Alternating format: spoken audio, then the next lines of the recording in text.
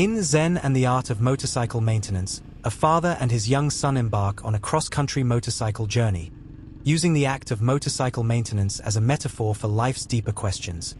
while the narrator grapples with his past mental illness and explores philosophical concepts like quality through introspective, Chautauquas, interspersed throughout their ride, ultimately seeking a deeper understanding of himself and his relationship with his son.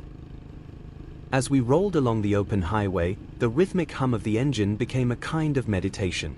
I found myself watching Chris, his youthful enthusiasm for the journey reflected in his eyes as he pointed out landmarks, each moment a new discovery. It was then that I realized the simple act of riding a motorcycle, of being fully present in the moment, was a form of Zen practice, an awareness of the present without judgment.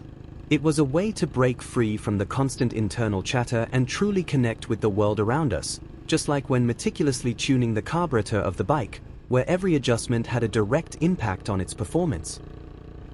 The narrative follows the father and son as they ride their motorcycle across the American Northwest, encountering various landscapes and people along the way. The story weaves in the philosophical musings of a character named Phaedrus, who represents the narrator's own intellectual struggles with the concept of quality, a pursuit of excellence and meaning in all aspects of life. The father battles his own past mental breakdown, which is intertwined with his complicated relationship with his son and his desire to connect with him on a deeper level. The act of fixing and maintaining the motorcycle is used to illustrate the importance of paying attention to details,